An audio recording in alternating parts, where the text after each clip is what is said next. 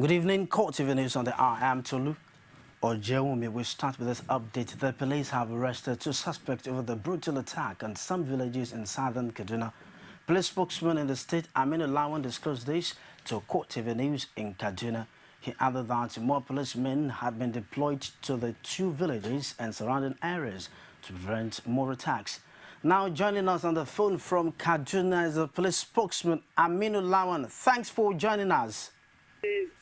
The police have been mobilized to the area, and the security of the area has been beefed up. So far, two suspects have been, and some exhibits have been recovered, which include some live ammunition and an AK-47 rifle were recovered. So investigation into the incident is ongoing. Meanwhile, the area is calm. People are going about their local businesses as I'm talking to you now. The men are fully on ground to ensure adequate security of the area, to prevent, the spillover of the, problem to other villages around the area.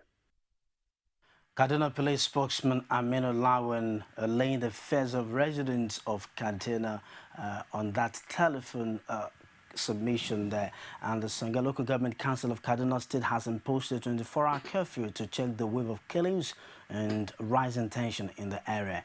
No fewer than 38 persons were killed on Monday night in Kabamu and Akpon villages during an attack by gunmen.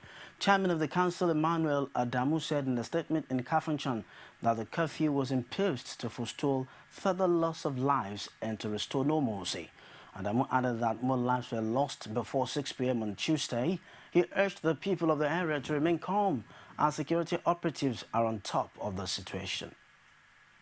Suspected Boko Haram militants have abducted more than 60 women and girls, some as young as 3, in the last kidnappings in northeast Nigeria. Analysts say the kidnapping, which happened during a raid on Kumbaza village in Damboa district of Borno State, could be an attempt by the group to refocus attention on its demand for the release of militant fighters.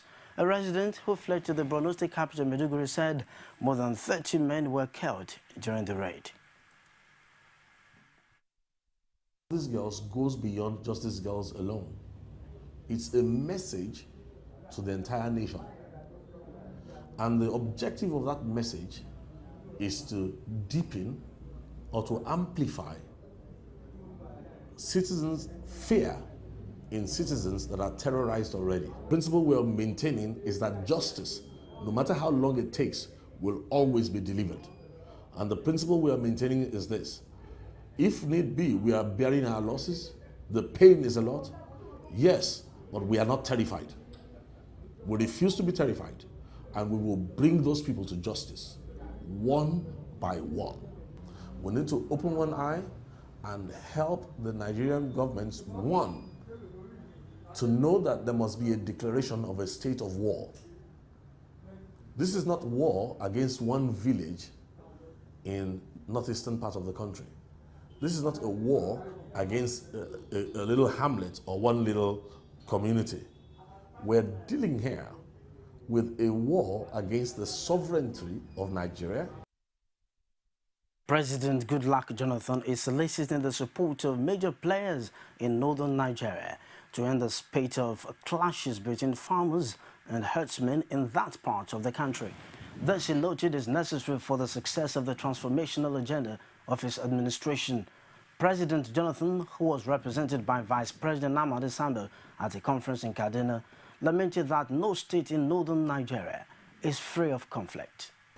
We expect this conference to come up with key resolutions that will enhance mutual coexistence, peace, and economic development, not only for pastoralists, but for the African continent in general. Let me assure you that at government level, we will study the outcome of this conference with a view to helping in fostering dialogue as a means of resolving disputes. and we urge participants to come up with actionable points that will help improve government policies and plans for a peaceful and prosperous Nigeria. The People's Democratic Party, PDP, has temporarily lost its bid to unseat 5 state governors that defected to the All Progressives Congress, APC. A federal high court in Abuja ruled that the governors were not properly served with court summons and decided to postpone the matter indefinitely. It was a case that the ruling PDP was so sure would swing in its favor. The party had 6 months ago challenged the legality of 5 governors defecting to APC and still remain in office. The governors are Abdul Fattah Ahmed, Kwara, Rotimi Amechi, Rivers, Murtala Nyako of Adamawa, Aliyu Wamako of Sokoto, and Rabiu Kwankwaso of Kano. But the snitch is that PDP had not been able to properly serve the governors with court papers. PDP had claimed that in line with the court order obtained on December 13, the originating summon was taken to 6 Bissau Street, Wuse 2, but discovered that the APC had vacated the office and relocated to a new office at 40 Blantyre Street, also in Abuja.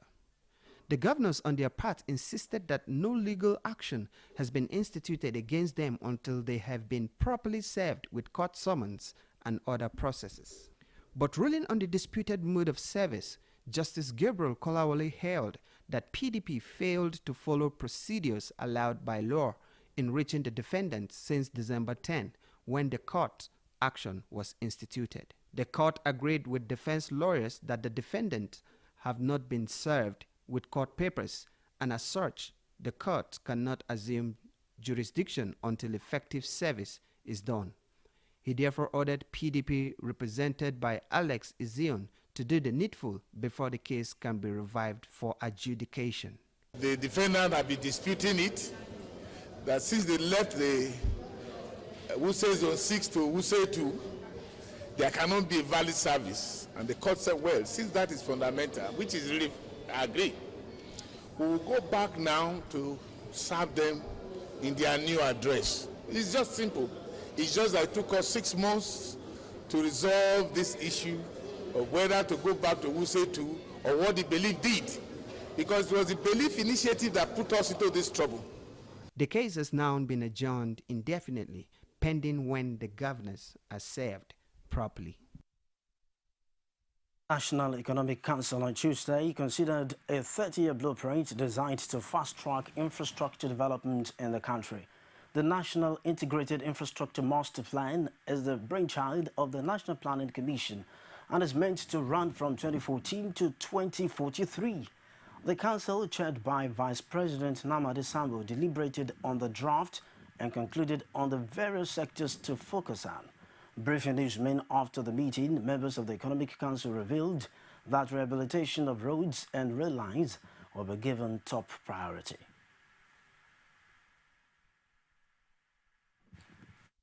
What we are developing is not only for federal government alone, but it's also for the subnational level of government to key in.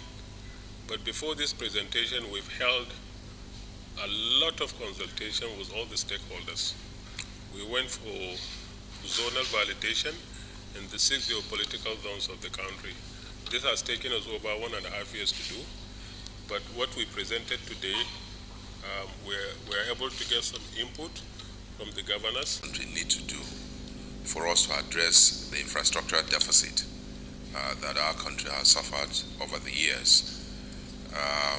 There were comments by virtually all the governors present to the effect that it was a web research presentation that was made. It's comprehensive, but there are areas that need some input, more input from us, so that it will be a document that will have the buy-in of every major stakeholder. President Goodluck Jonathan has performed the groundbreaking ceremony for Abuja's Centenary City project. The complex, which is meant to commemorate 100 years of the nation's amalgamation, is expected to cost 2.9 trillion naira or $18.6 billion. President Jonathan described the project that was designed to cover 1,200 hectares of land as a symbol of the nation's unity. Promoting positive international attention and heralding new national economic renaissance, offering free trade status, outstanding infrastructure, secured business environment, and efficient transport services. This centenary city promised a unique and innovative global standard in real estate creativity. It creates an environment alive and productive with many unique sub-themes, including a prominent cultural core with various symbols of Nigeria's unity and strength, a green city concept, as well as presidential archives that will house the history of our political development. From the unveiling of the 2.9 trillion naira centenary project in Abuja back to Lagos, Lagos State Governor Babatunde Fashola has denied allegations that his administration has diverted the World Bank loan meant for the development of public secondary schools to the ECHO project program. Abiola Oluwole's report, presented from our studio. Governor Fashola refuted the allegation at the launch of the book titled Lagos Eco Project, A Legacy of Excellence, while pointing out the need to build on the success recorded in the state secondary education. Fashola says government has ensured a purposeful use of the World Bank loan. But perhaps you may have heard that some people have made unsubstantiated allegations against us that we have stolen World Bank money. Some of you may have heard it. So this occasion really is important because, as I've said from the very first beginning, in this government, our collateral is our collective integrity. We have nothing to hide. Lagos has 667 public junior and secondary schools demanding for the attention of government. In order to catch up with such demand, Lagos State received a loan which has been instrumental to the development of the state public schools recorded since 2009. The World Bank gave us a minimum project indicator to train 5,385 teachers on leadership and other core subjects. Within that 4 years, we trained 16,445 teachers. And with that means we accomplished 305% achievements. The book is a compilation of the activities of the Lagos Eco Project since 1999. Meanwhile, the Independent National Electoral Commission (INEC) is in an upbeat mood after the success of the governorship election in Ekiti State.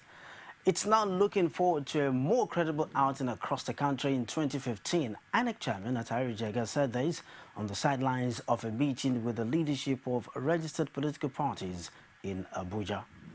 The successful conduct of free, fair and peaceful elections in Ekiti is a good omen for the subsequent elections to come, and indeed for the satisfaction of the aspiration of Nigerians for a consolidated democracy.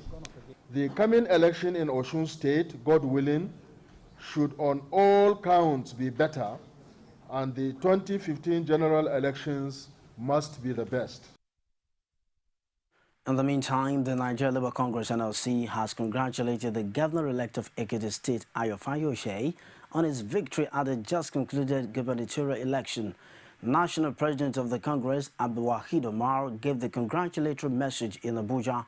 NLC says it believed that the conduct was inspiring and marked the beginning of a new era in election history of Nigeria. Omar urged politicians to emulate Fayemi as people could not be winners all the time, and congratulated the Independent Electoral Commission for the peaceful conduct of the poll. Ekiti State Governor Kato Fayemi has received the Local Government Creation Committee report. The committee was inaugurated to evaluate the possibility of creating additional local governments in the state. Rashid has more. The state of Nigeria is one of the last states created on the 1st of October 1996. The then federal government under late General Sani Abacha created additional 6 states to bring to 36 the total number of states.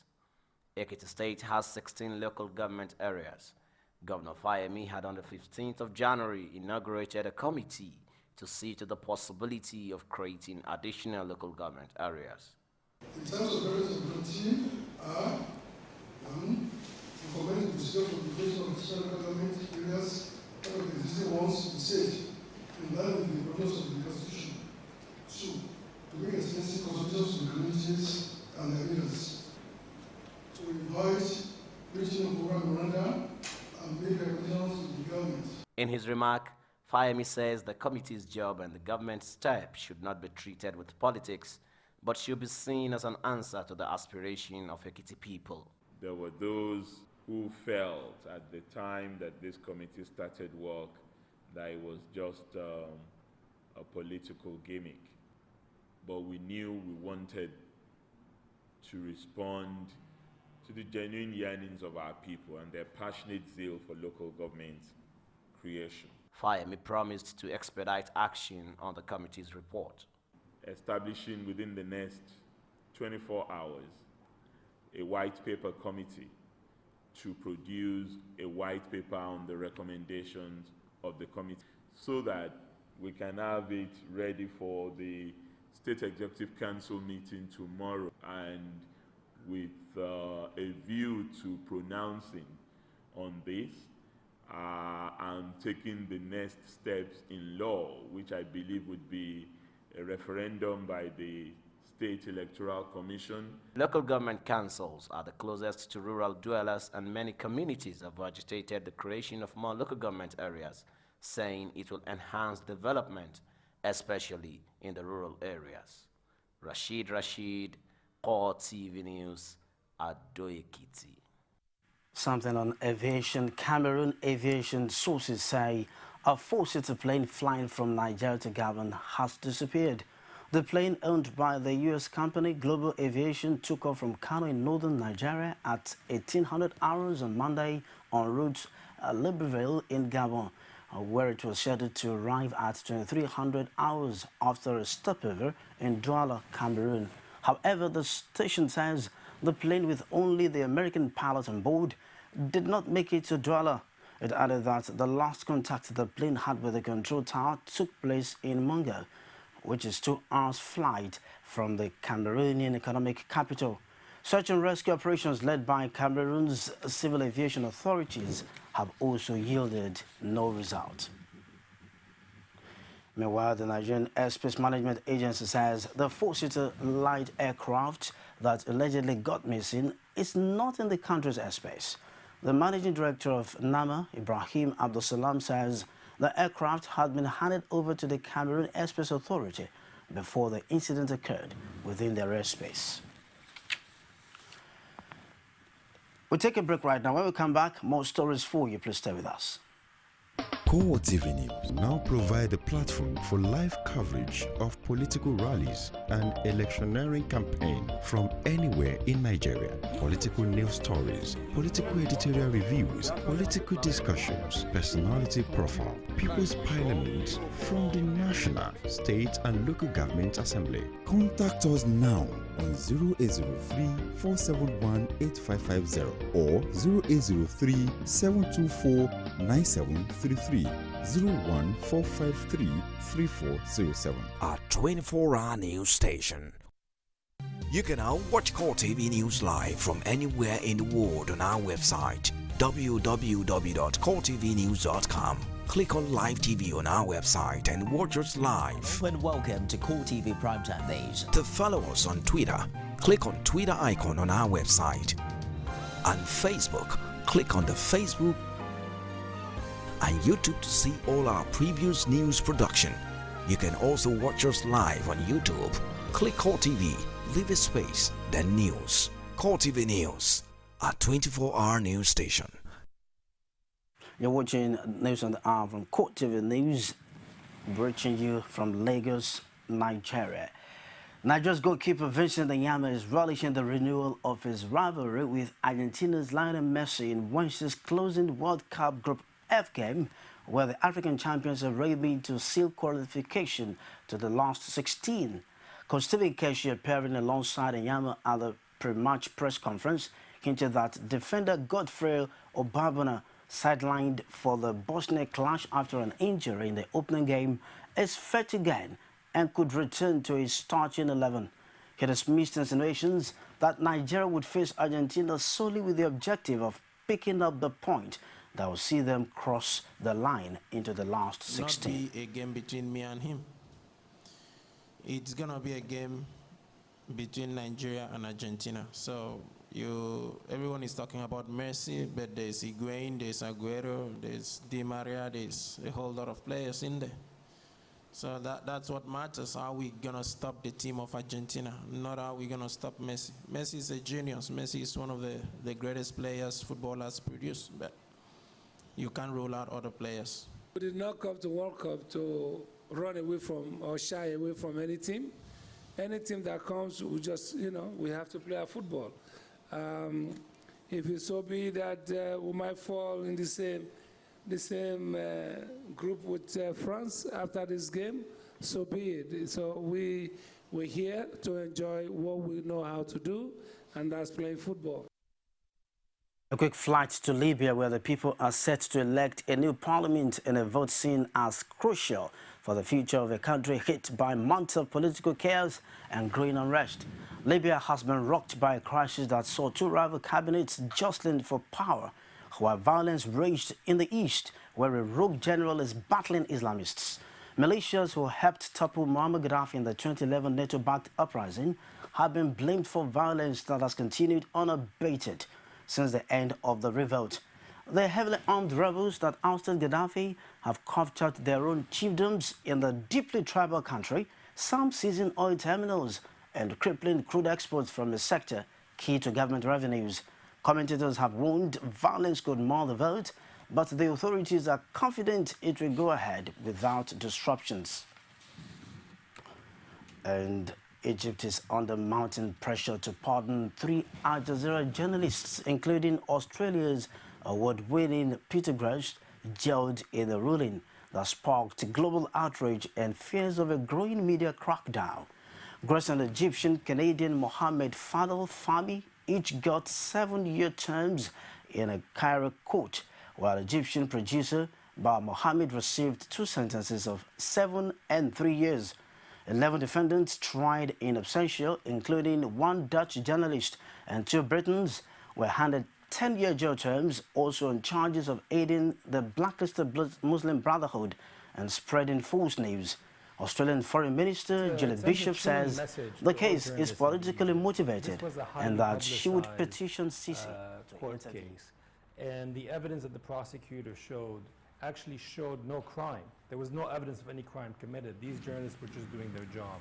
And if respected international journalists can be sentenced to 7 and 10 years in prison simply for doing their job, that really sends a scary message about what can people report in Egypt. The space is shrinking. This is actually even worse than the Mubarak era, where there were restrictions, but people were able to report.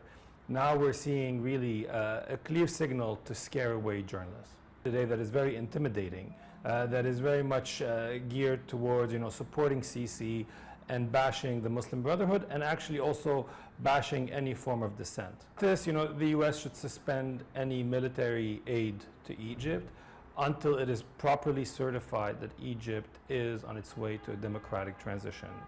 Other countries, including the European Union, should actually condemn what is happening, and instead of welcoming simply that Sisi's election was democratic and that Egypt is going in the right direction, when all the evidence points that actually Egypt is going backwards and that Egypt today is a more repressive place than Egypt under Mubarak over the last few years.